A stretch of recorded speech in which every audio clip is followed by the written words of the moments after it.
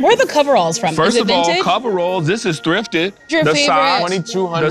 David. The ash is natural. Ooh, that is ash. I remember when I found out I was black, my sister came home from school and she said, Mom, we're black. And I was like, well, if she's black, I am too.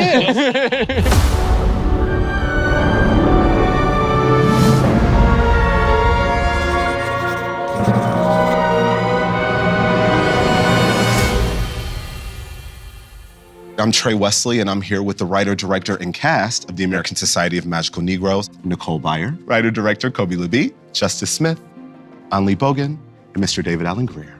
The movie is here, guys. How are we feeling? I just got to do a quick check with everybody. Really good. Yeah. Really good. Yeah. So, Kobi, I got to start with you, my man. Break down what this film is about, and more importantly, why is this a story you wanted to tell right now? So it imagines that magical Negroes, like the film trope, are not film characters, but it's just a real job you can go get, you know? Secret underground society just beneath our world, and their work is helping white people. So just like the stock character in movies, these black characters, they just help white people every day, and they believe that makes the world safer. And this is the point where I'm legally obligated to stop and tell everyone it's a satire. It's a comedy. So obviously it's a response to that trope, and what I think is a quite racist and troubling trope, and quite specifically, it's about this very particular defense mechanism that I was taught as a black man about how you stay safe in America. That is to be accommodating to certain powerful white people. Well, you have this incredible cast around you. Yo, how did you pitch this story to them? Like, Nicole, let's start with you. How did you get Nicole on board? I mean, we just sort of sent you the script, right? And said, hey, we think you're great and would love to have you do this. Yes, and then I read it and I was like, I like it, this is fun. And then I feel like the first question I asked was like, what's the tone of this? And you were like, real? Yeah. And I was like, got it. Well, Justice, what about you? What sold you on it and made you want to come on? I'd never seen myself represented so clearly in a character before, specifically in a piece about race, you know? And when I met Kobi, I realized, obviously, we have a very similar racial experience because we look exactly the same.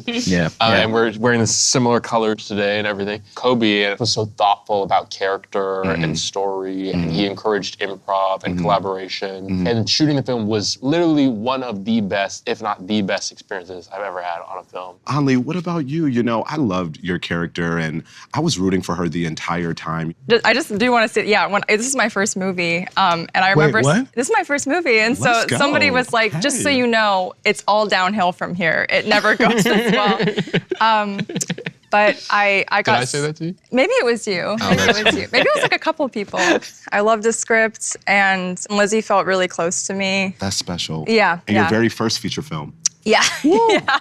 Incredible She's so job good for the in record. it. So good. So You good. really are. Thank you. And David, what sold you on it right away? I don't know about for you guys, but in my whole life, pondering, dwelling, talking, chewing on what is blackness, what is proper blackness, so many times, so many hours, it is tiresome.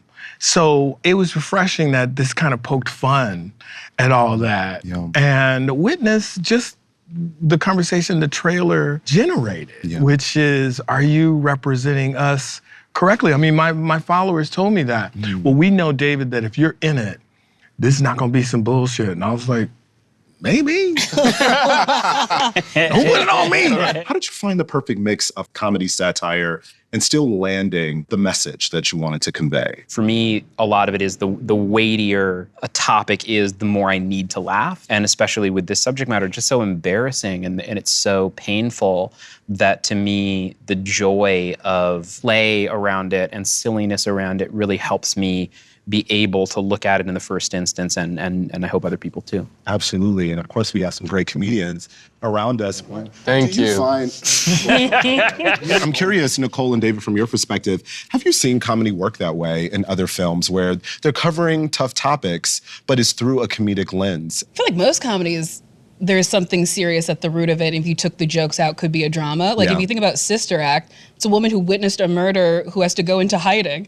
But then it's ha ha ha funny. Right. You push to that edge of drama to get the comedy out. A lot of times that makes it funnier. Absolutely. Did anyone have a favorite scene to film? I loved watching Nicole be in the harness. At one point, you just kept laughing. And I was like, you can't. You have to stop.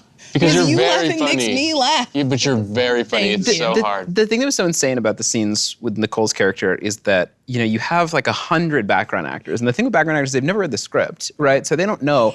They just know Nicole Byer is floating in front of them being funny, you know? It was very hard because it wasn't just you. There was like one man all the way in the back. Every time would just be like, I was like, you gotta stop. You've heard this now 4 times. You have to stop.